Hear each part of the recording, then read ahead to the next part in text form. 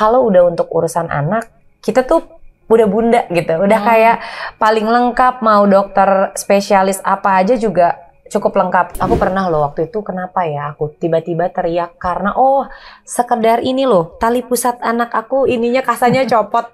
Dokter Melani langsung ku telepon dong, dokter itu tali pusat. Tenang Tia, nggak boleh panik kan. Malahan sekarang lebih apa tuh masalah yang lebih banyak tuh DBD ya. DBD DBD sama flu Singapura. Sebenarnya bukan kita salah nih ngomongnya flu Singapura, bukan flu Singapura, bukan dari Singapura ya? Soalnya. Tapi hand foot mouth disease HFMD. Kenapa namanya jadi flu Singapura ya?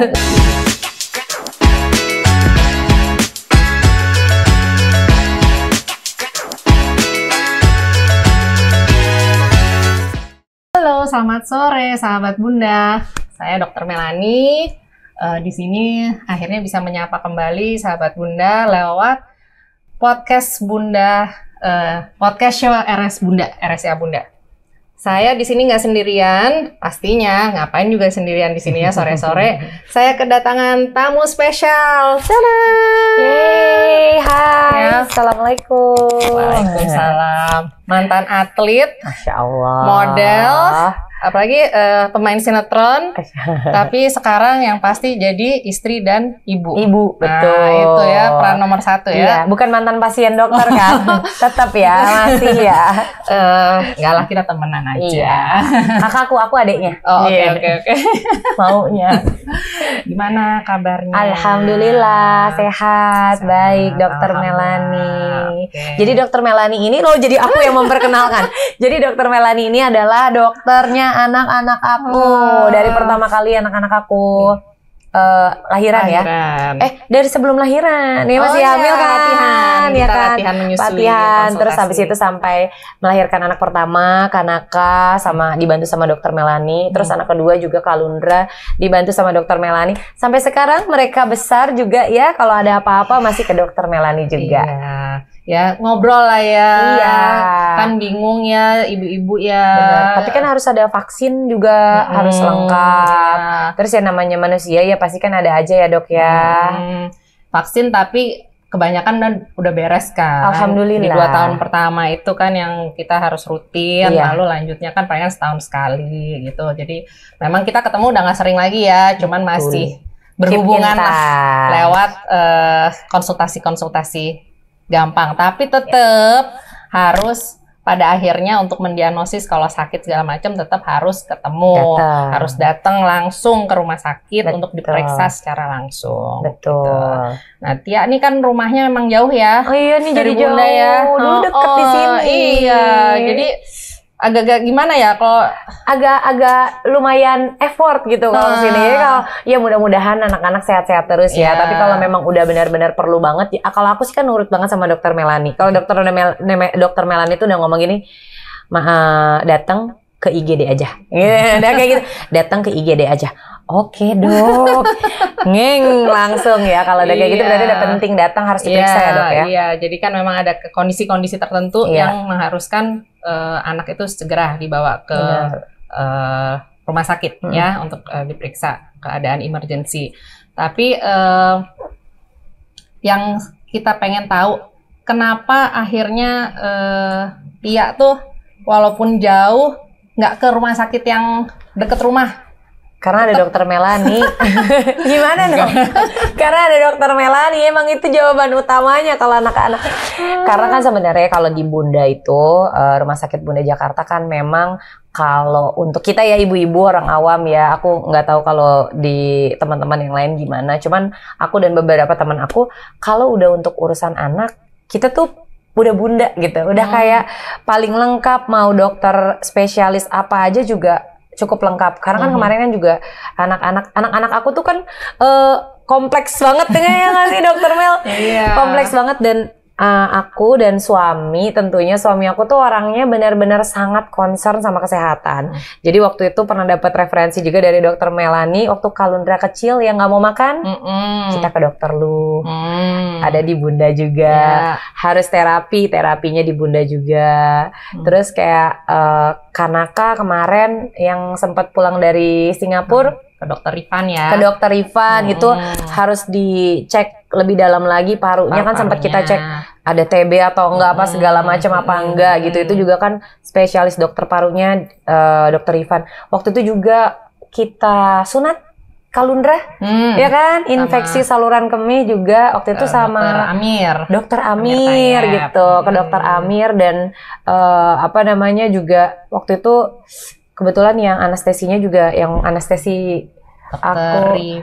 Ya, Dokter Rifik, iya. Okay. Hafal nggak sih aku dokter-dokter di sini tuh kayak, Iya, jadi Bunda itu memang kita RSIA, Rumah Sakit Ibu dan Anak gitu ya. Jadi untuk masalah ibu-ibu yang hamil, yang atau perempuan yang bermasalah dengan kandungannya, lalu apalagi yang masalah anak, kita di Rumah Sakit Bunda, di RSIA Bunda itu udah lengkap lah pelayanannya ya, dari semua subspesialisnya hampir semuanya ada, dari paru-paru, dari ginjal.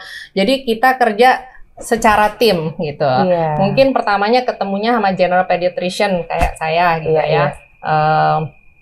Tapi kalau kita melihat bahwa kasusnya itu memang, nggak bisa kita tanganin sendiri, pasti kita refer ke dokter-dokter yang subspesialis tadi gitu ya. Ada yang tumbuh kembang, apa namanya. Apalagi kan di sini juga banyak, termasuk Tia kan, anak-anak kan ini ya bayi tabung ya. Oh iya, anak bayi tabung sama dokter Nando. Ya. Nah itu kan kadang-kadang suka bermasalah, ada yang lahirnya duluan, ada yang nanti twin, kembar, triplet, segala macam bayi-bayi kecil, sehingga kita punya NICU khusus tuh yang bayi-bayi untuk yang bermasalah, bayi-bayi kecil, bayi-bayi dengan masalah gitu yang baru lahir ya. Nah nanti itu biasanya kita harus secara tim megangnya, nanti kan harus dilihat jantungnya, harus dilihat matanya, harus dilihat otaknya, lalu tumbuh kembangnya, lalu gizinya. Jadi memang di RSIA Bunda udah lengkap. Iya, benar. Nah itu dia alasan aku akhirnya kembali lagi ke sini lagi, ke sini lagi. Alhamdulillah. Dan alhamdulillah juga karena kan Dokter Melani udah megang anak-anak tuh dari pertama, bahkan dari dalam kandungan. Jadi udah tahu karakter, bukan hanya karakter anak-anaknya aja, udah tahu karakter orang tuanya juga. Karena walaupun anak yang diobatin, orang tua juga punya peran penting kan ya dok ya? Iya, aduh, kalau orang tuanya tenang, santai, pasrah, nurutin apa kata apa kata dokternya, ya udah, biasanya kita juga ngasih terapinya tuh enak gitu ya, nggak ada kesulitan gitu. Aku pernah loh waktu itu, kenapa ya aku tiba-tiba teriak karena sekedar ini loh, tali pusat anak aku ininya kasanya copot. Dokter Melani langsung ku telepon dong, dokter ini tali pusat. Tenang Tia, nggak boleh panik kan, masih baru jadi ibu anak pertama kan, itu kayak ada darahnya dok, nggak apa-apa. Udah jangan dibersihin pakai alkohol gitu kan, udah tenang. Terus gimana? Udah pakai ini aja ya, akhirnya tenang. Abis itu besok dok, kayaknya anaknya gini-gini, nggak apa-apa. Jadi ibu harus sabar deh gitu. Dipantau dulu, jangan apa-apa langsung obat, apa-apa langsung obat. Itu kalau dokter Melani aku mah selalu ingat pesannya kayak gitu ya dok ya. Iya. Jadi dokter anak itu emang bukan menterapi anaknya doang, orang tuanya harus dilihat juga. Kalau enggak, nanti yang ada orang tuanya nggak srek sama cara kita, pendekatan kita. Tapi capek nggak sih dok ya? Banyak ya ibu-ibu kayak aku kan ya, kayak dok batuknya nggak berhenti udah gini. Anak itu akhirnya dijelasin, anak itu punya daya tahan tubuh akan keluar di hari keberapa, kayak jadi ibunya harus sabar. Baik dokter. Bener kan dok? Bener.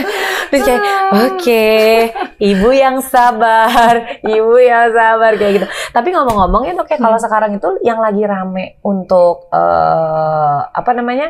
sakit itu apa sih kalau untuk anak-anak dok? Tetap ya, batuk pilek, benar. Kemarin yang Kanaka Kalundra yang sakit itu juga awalnya batuk pilek kan? Batuk pilek, iya. Jadi setelah dicek panel kan sama dokter Melani, akhirnya influenza A. Influenza A ya. Iya, terus habis itu dicek juga yang TB, dimantuk segala macam, ada IGRA ya. IGRA juga, mantuk juga, semuanya kalau sama dokter Melani itu sangat spesifik. Jadi tidak bisa menentukan itu kenapa kalau nggak benar-benar semua pemeriksaan sudah lengkap, kap. Tapi nggak semuanya kita ada treatment datang kayak itu gitu ya. langsung diperiksa semua, enggak. Kita harus lihat juga gejalanya apa, yang diperiksa apa gitu. Kalau semuanya itu mah kantong bolong, nanti orang tuanya juga protes jadinya. Betul. Gitu. Tentu iya, kalau dokter Melani yang aku bilang itu nggak apa-apa tuh kayak apa-apa obat ya dok ya. Pengennya semua dokter sih seperti itu. Oke, berarti batuk pilek. Batuk pileknya itu karena cuaca atau karena apa dok? Ya satu, kan kemarin kita habis pandemi sih ya. Iya. Pandemi kan benar-benar kita di rumah. Jadinya kan anak-anak juga tidak terpapar sama virus macam-macam. Lebih aman malah ya. Aman gitu. Tapi ketika selesai pandemi keluar rumah, aduh, langsung deh itu waktu awal-awal ya. Mungkin sekarang sih frekuensinya udah lebih berkurang, tapi tetap masih ada, masih ini gitu. Ya, jadi ya satu karena daya tahan tubuh anak itu memang belum karena pandemi itu, jadi dia tidak banyak terpapar gitu ya, antibodinya nggak ada. Terus yang kedua ya waktu itu kan juga polusinya, kan yang setahun yang lalu itu lagi yang polusi sampai naik banget itu ya dok ya. Iya, gitu. Sampai kita harus ngecek polusi itu kan. Iya, itu kayaknya penyebabnya waktu itu yang waktu pas anak-anak sakit itu ya. Sekarang sih udah lebih baik. Malahan sekarang lebih apa tuh masalah yang lebih banyak tuh DBD ya. Oh DBD sama flu Singapura. Sebenarnya bukan kita salah nih ngomongnya flu Singapura, bukan flu Singapura, bukan dari Singapura soalnya. Tapi hand foot mouth disease HFMD. Kenapa namanya jadi flu Singapura ya? Lebih gampang aja kali ngingetnya ya. Iya, terus ibu-ibu juga taunya kalau kita ngomongnya HFMD, apa tuh dok? Wah langsung itu flu Singapura. Oh ngerti baru tahu. Iya. Takutnya nanti nggak enak sama Singapurnya ya. Jadi itu ya nama-nama yang dibuat biar gampang aja gitu ya, nyebutinnya. Nah kalau itu berarti pencegahan yang harus kita lakukan itu apa dok? Sebenarnya sama ya kayak waktu zaman pandemi ya, cuman ya kan sekarang kita nggak pakai masker lagi dong. Waduh capek lah kalau masih pakai masker ya. Benar. Yang pasti kalau memang bergejala, merasa badannya nggak enak atau itu ya istirahat. Ya kalau memang perlu keluar ya pakai masker. Terus ya higiene ya tetap ya cuci tangan gitu-gitu. Ya kalau memang merasa badannya nggak enak, nggak fit, jangan ke tempat ramai. Tapi kalau udah misalnya kena nih apa tadi HFMD ya. HFMD ini itu kita gimana dok harus untuk memperlakukan anak kita, apalagi kayak aku ya anaknya tuh kan ada 2.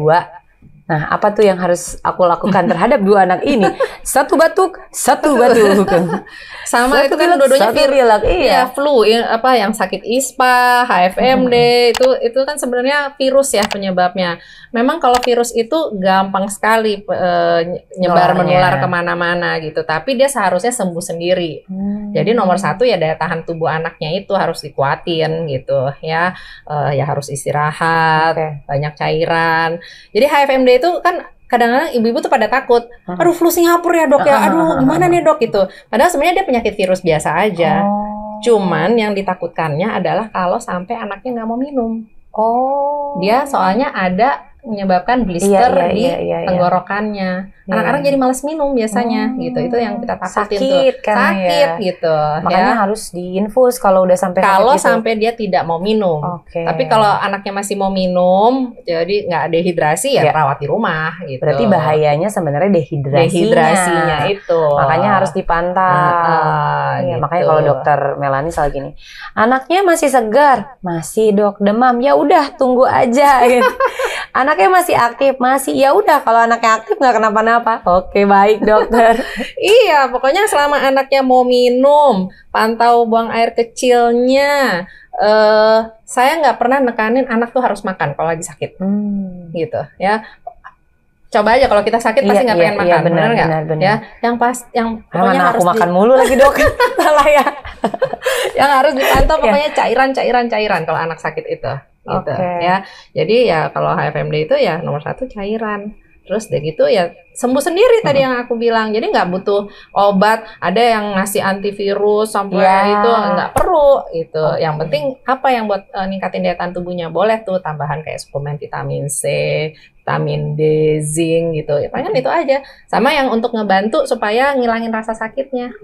Ada obat kumur gitu ya. Jadi anaknya mau makan. Sama apa? Ini paling seneng biasanya kalau anak-anak gede itu dengar kalau lagi HFMD itu. Apa? makan es krim. Oh gitu. Boleh yang dingin-dingin. Oh. Es krim, yogurt, puding, apa segala macam yang seger-seger yang dingin-dingin boleh. Oh tuh ya. Soalnya lagi marak banget ya, Iya, lagi HFMD banyak banget. ini ya. Iya, pada sekolah tuh pada breakout. Iya. Ada yang sampai diliburin gara-gara katanya dari berapa? 20 itu 10-nya sakit HFMD.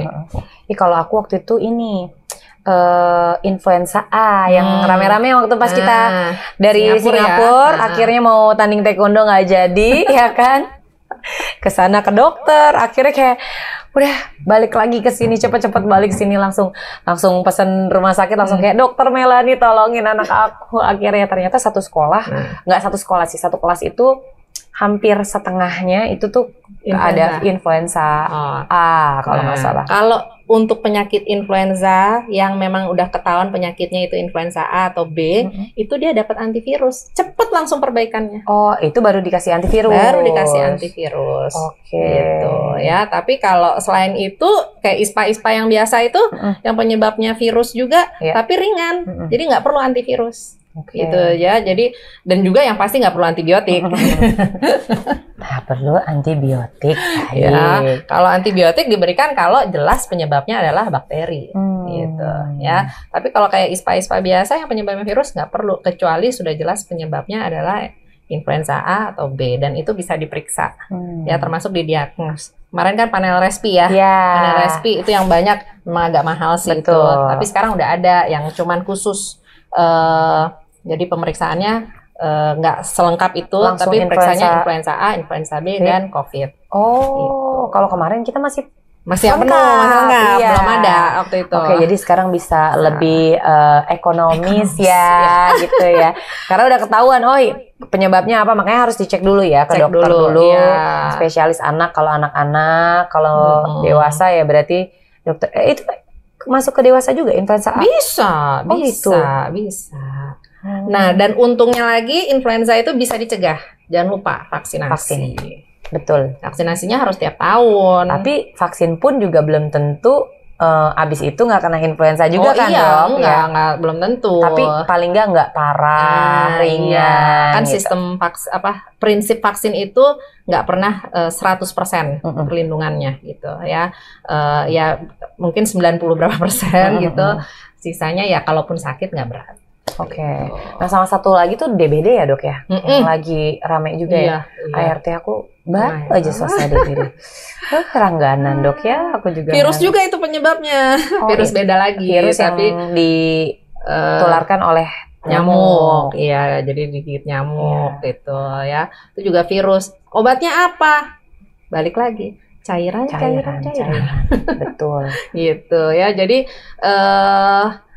tapi kan itu kan ada pusingnya, iya, nah sakitnya. Untuk anak sama dewasa agak berbeda tuh DBD gitu ya. Jadi kan memang ada kayak infeksi primer, infeksi sekunder gitu. Kalau untuk anak, balik lagi kita harus pantau kan. Biasanya kan ada penurunan angka trombosit, ada peningkatan hematokrit gitu ya. Itu obatnya apa? Satu lagi tadi balik lagi cairan. Selama anaknya mau minum, tenang aja. Sambil kita pantau terus tuh tadi parameter trombositnya, hematokritnya, parameter darahnya gitu ya. Tapi nanti kalau memang menurun terus sampai dokternya bilang, oh ini waktunya untuk dirawat. Nah itu baru dirawat. Jadi orang tua juga jangan cepet-cepet panik gitu. Waktu itu takutnya tuh aku pas kanaka DBD, malam-malam udah saking demam tingginya sampai ngigo gitu kan. Jadi udah nggak kuat kita sebagai ibu, ya udah bawa ke rumah sakit. 1 hari kemudian aku DBD. Berdua deh kita dirawat ya. Iya. Kalau udah anaknya demam tinggi, udah nggak mau minum, ya udah rawat. Iya. Itu kan pasti cairannya nggak cukup. Iya benar. Tapi kalau masih mau minum masih bagus, berarti aman. Gitu. Gimana pencegahan DBD? Sekarang udah ada vaksinnya juga loh. Oh iya. Belum vaksin. Ada vaksinnya juga ya? Dari umur 6 tahun. Tapi berarti kalau untuk pasien-pasien yang sudah pernah kena DBD, tetap harus divaksin? Tetap vaksin. Oke. Iya. Dicek itu dulu nggak? Dicek masih ada antibodinya? Enggak. Langsung vaksin aja? Iya. Oke. Kalau untuk vaksin DBD yang baru, dia langsung. Nggak ada pengecekan antibodi. Jadi Mbak, saya mau booking untuk vaksin DBD ya? saya, anak-anak saya, dan suami saya. Gitu. Mudah-mudahan nggak kena DBD lagi gitu. Ya, amin. Bismillah. Amin. Ya, pokoknya yang harus dijaga berarti tetap kebersihan walaupun udah nggak COVID. Jadi sekarang berarti kita harus jaga, yang penting Tetap mungkin jaga pakai kebersihan. lotion anti nyamuk juga boleh nggak, Dok? Boleh aja kalau kulitnya nggak sensitif. Oke. Jadi seperti itu. Ya. Duh, abis ini mau kemana lagi? Kita makan-makan yuk, Dok. Kita makan-makan yuk. Oke, boleh. Ketemunya di rumah sakit aja. Aku tadi lagi diajarin sama dokter untuk makan makanan yang lebih sehat lagi. Iya. Supaya sehat terus, bisa dampingin anak-anak terus. Betul, iya. Amin. Gitu. Kangen ya sama anak-anak ya. Iya, nanti kapan-kapan kita play date ya. Iya. Jadi ini aku take over. Aku take over. boleh. Aku take Soalnya yang over. profesional yang ini. Jadi aku take over. Kita udah ngobrol-ngobrol, tadi udah ngebahas soal HFMD. Kalau misalkan yang trennya hand, foot, mouth disease, itu trennya itu namanya flu Singapura. Terus habis itu juga ada DBD juga yang sekarang lagi marak juga. Mudah-mudahan semua teman-teman dimanapun kalian berada jangan sampai kena. Rajin cuci tangan kalau kata dokter Melanie. Terus habis itu kalau DBD bisa vaksin juga, ada vaksinnya juga. Jangan lupa jangan suka main dokter-dokteran sendiri. Kalau misalkan memang sudah diperlukan untuk konsultasi, segera datang ke dokter terdekat untuk konsultasi gitu. Jangan terlalu banyak obat-obatan antibiotik, antivirus kalau tidak diperlukan ya, karena tubuh itu anak-anak pun sudah punya antibodi sendiri tuh, sudah punya kekebalan tubuhnya. Aduh, ini terima kasih banget ya. Sama-sama dokter. Iya, udah dateng. Terus udah menutup podcast hari ini. Aku senang sekali. Sama-sama. Thank you. Thank you juga semuanya. Ketemu ya. Sampai jumpa. Dadah. Assalamualaikum.